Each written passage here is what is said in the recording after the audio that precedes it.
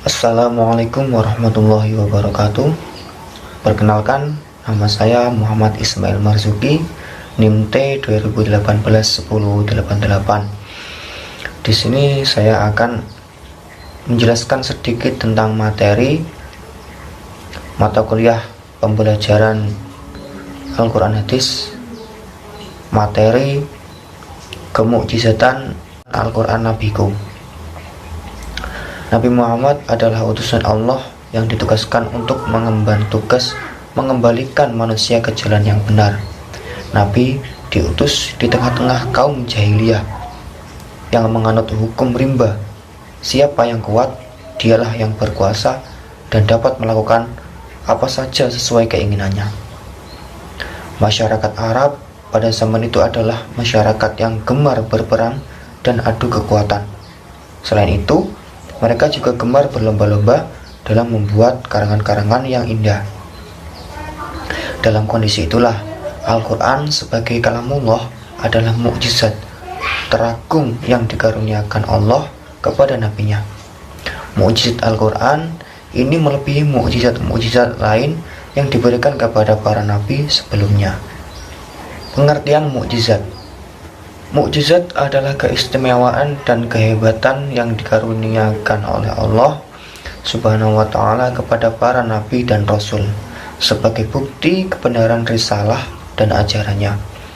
Mukjizat juga berfungsi sebagai sarana untuk mengalahkan orang-orang yang menentang para nabi dan rasul. Mukjizat berfungsi sebagai bukti atas kebenaran pengakuan kenabian dan kerasulan mereka, bahwa mereka adalah benar-benar para nabi dan rasul utusan Allah yang membawa risalah kebenaran dari Allah Subhanahu wa ta'ala. Dengan datangnya mukjizat, para nabi dan rasul mampu melemahkan dan mengalahkan orang-orang kafir yang menentang dan tidak mengakui atas kebenaran kenabian dan kerasulan mereka. Biasanya mukjizat para nabi dan rasul itu berkaitan dengan masalah yang dianggap mempunyai nilai tinggi dan diakui sebagai suatu keunggulan oleh masing-masing umatnya pada masa itu. Zaman Nabi Musa alaihissalam adalah zaman kejayaan tukang sihir, maka mukjizat Nabi Musa alaihissalam adalah mengalahkan para tukang sihir.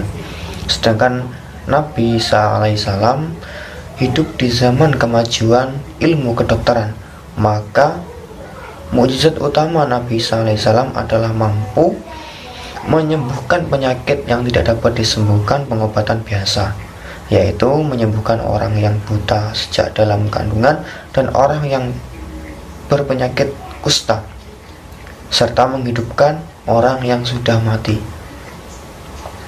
Meski zaman hidupnya Nabi Muhammad SAW adalah disebut sebagai zaman jahiliyah, namun zaman itu juga merupakan zaman keemasan kesusastraan Arab. Firman Allah menjadi mukjizat utama Nabi Muhammad SAW karena ayat-ayat Al-Quran mengandung nilai sastra yang amat tinggi. Tidak ada seorang manusia pun dapat membuat serupa dengan Al-Quran, baik pada zaman itu maupun hingga zaman yang akan datang. Nah, lalu apakah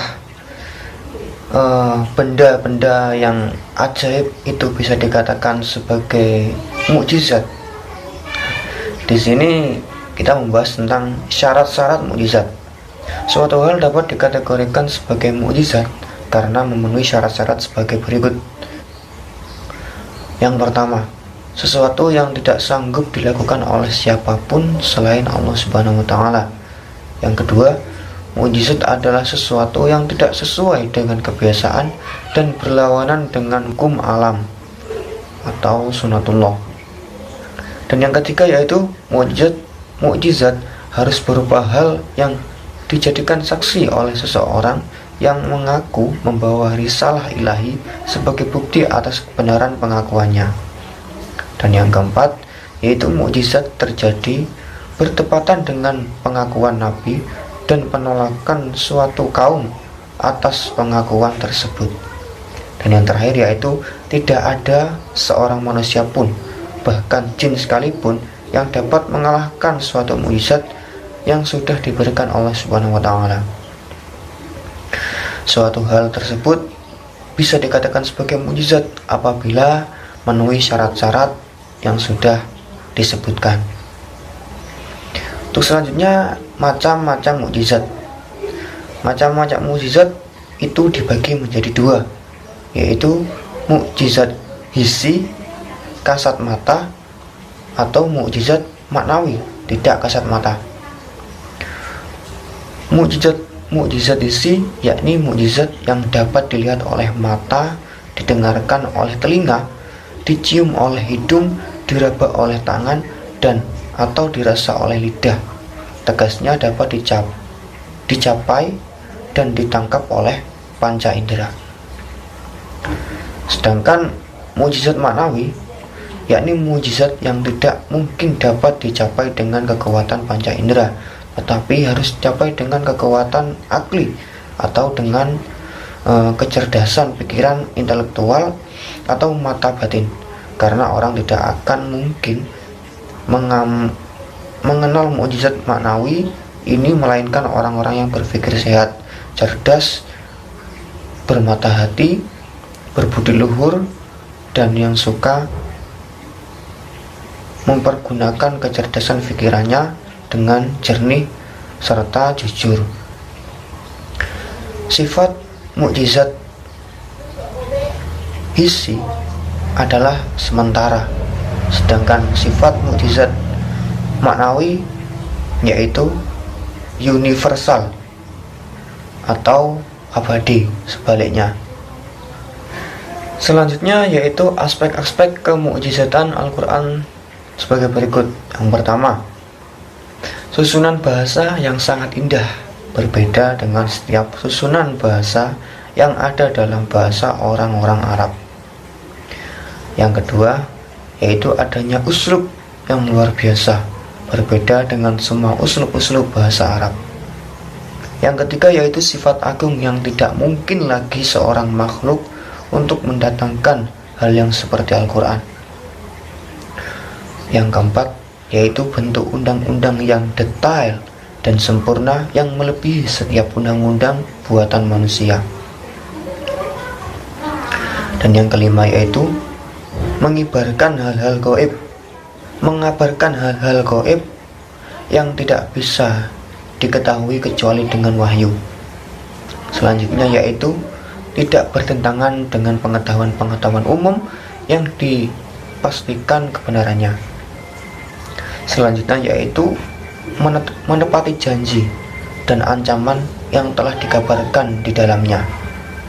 Selanjutnya yaitu memenuhi segala kebutuhan manusia. Dan yang terakhir yaitu berpengaruh kepada hati pengikut dan musuh orang yang menentangnya. Jadi berpengaruh bagi pengikutnya, penganutnya, dan juga serta berpengaruh bagi musuh sebagai orang yang menentang atau tidak mempercayai adanya Al-Quran atau kemukjizatan Al-Quran. Terima kasih. Mungkin hanya itu yang bisa saya sampaikan. Apabila ada salah kata atau kurangnya, saya minta maaf yang sebesar-besarnya. Wabillahi taufiq wal hidayah wa ridha wal inayah. Wassalamualaikum warahmatullahi wabarakatuh.